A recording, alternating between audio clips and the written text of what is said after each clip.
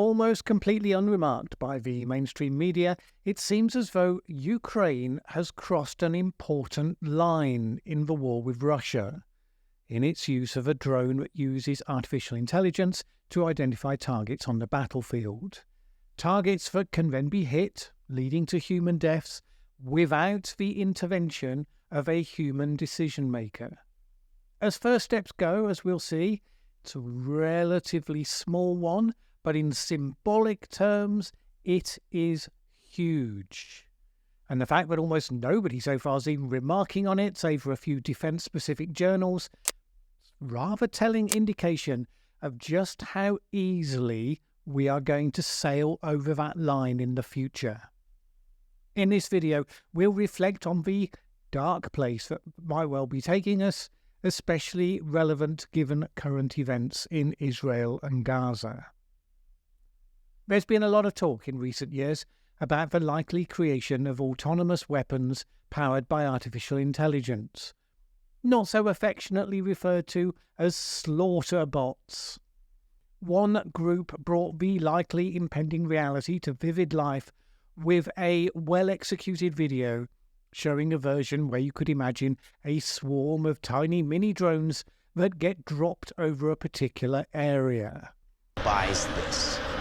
Enough to kill half a city. The bad half. The group acts with a hive mind, swarming together, but all individually programmed to seek out a specific human target, maybe a type of person, maybe people wearing combatant uniforms, people of a certain race, or even specific known individuals. Seek and destroy. Think how devastating it would be if Ukraine or Russia could release such a swarm behind enemy lines. Come to that, think what Hamas would do with such a weapon. No constraints on killing only combatants there. And then think about all of the benefits such a weapon would have that would very powerfully sell it to the governments of the world. So Israel, for instance, to be entirely topical, it wants to wipe out Hamas. Right now, it can only do so using blunt force that will involve huge amounts of civilian casualties, which they don't want. Such things seed the next generation of terrorists, and which they don't want because it erodes support for them across the world, as we have seen.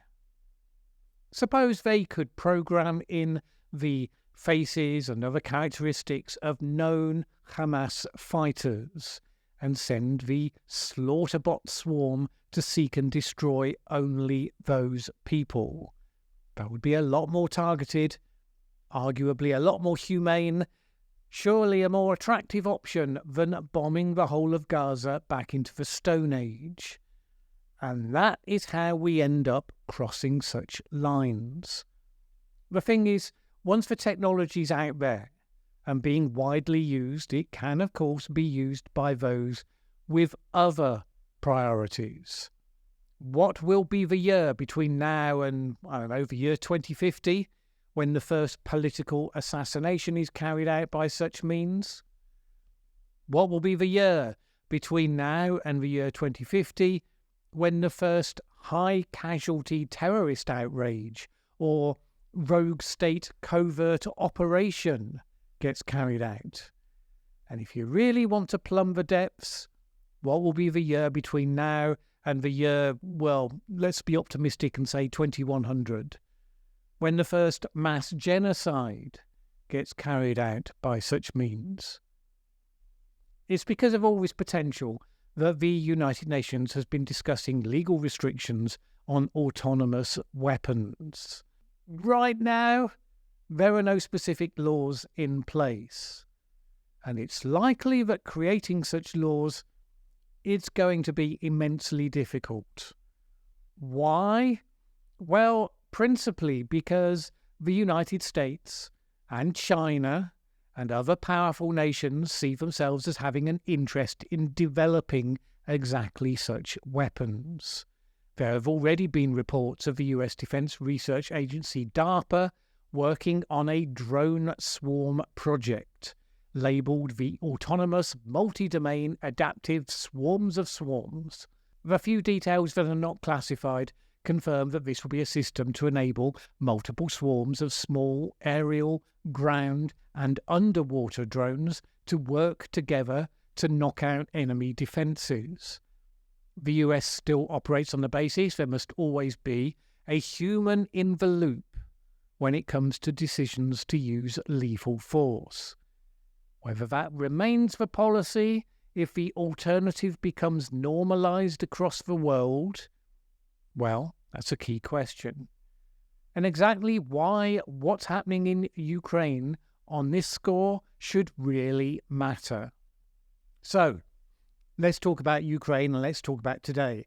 Ukraine is now using the Saka, I don't know if that's how it's pronounced, Saka Scout system drones. These drones are equipped with artificial intelligence that is trained to identify enemy targets, even those often missed by the human eye, because they're hidden under camouflage. It detects and pinpoints Russian equipment, relays the geolocation coordinates to attack command posts, to accompanying drones. The system is prized because it reduces the risks associated with human error. You get the drones operating in a group, not quite a swarm, one flagship detection drone which coordinates the accompanying kamikaze drones. The communication drone can contact headquarters, giving commanding officers the ability to choose should it identify more than one target. But if communications are jammed, it has the ability to operate independently. Presumably, if it only sees one target, then it's going to be considered fairly automatic as well. Now, of course, it's targeting vehicles, such as tanks and armoured personnel carriers, not directly human beings. But of course, soldiers are undoubtedly being killed in the attacks that it initiates. So you can argue that this is the smallest of tippy-toes over the line.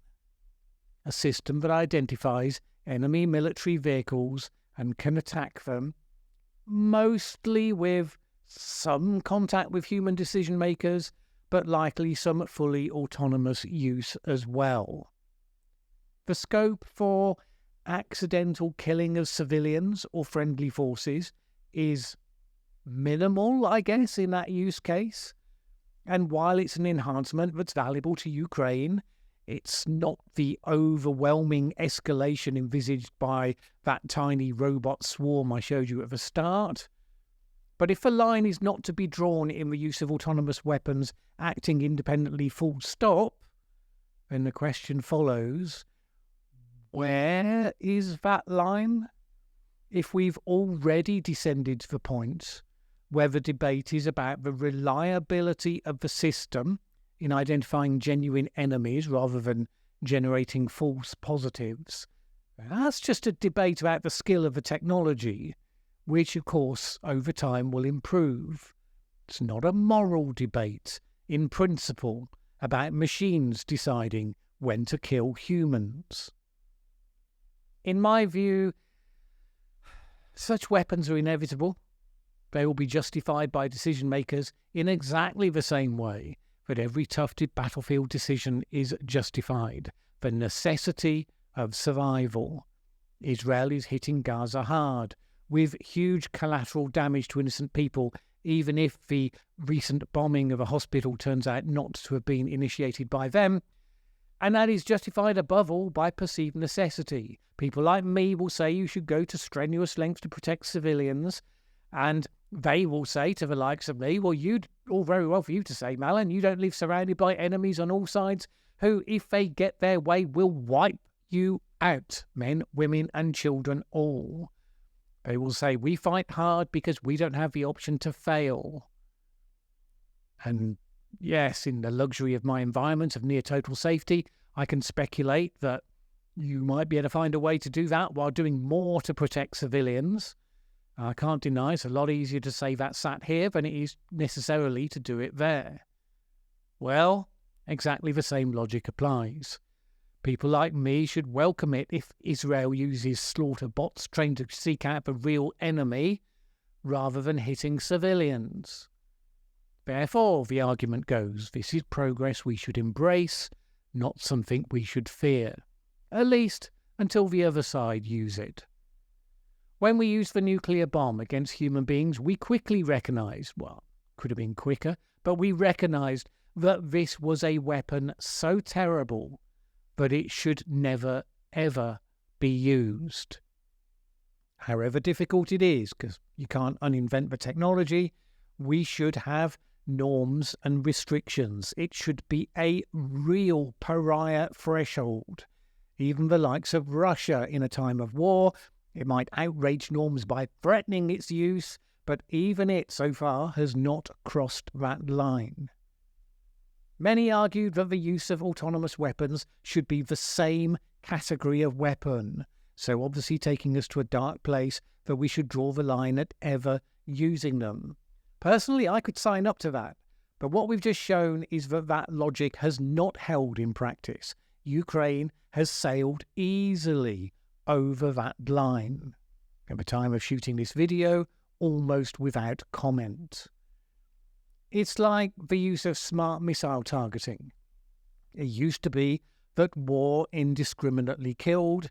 That was known to be the nature of it. My own country didn't use a nuclear bomb, but it might as well have done when it carpet-bombed the German city of Dresden during World War II, creating a massive firestorm that killed every living thing in the area as surely as a megaton nuke would have done.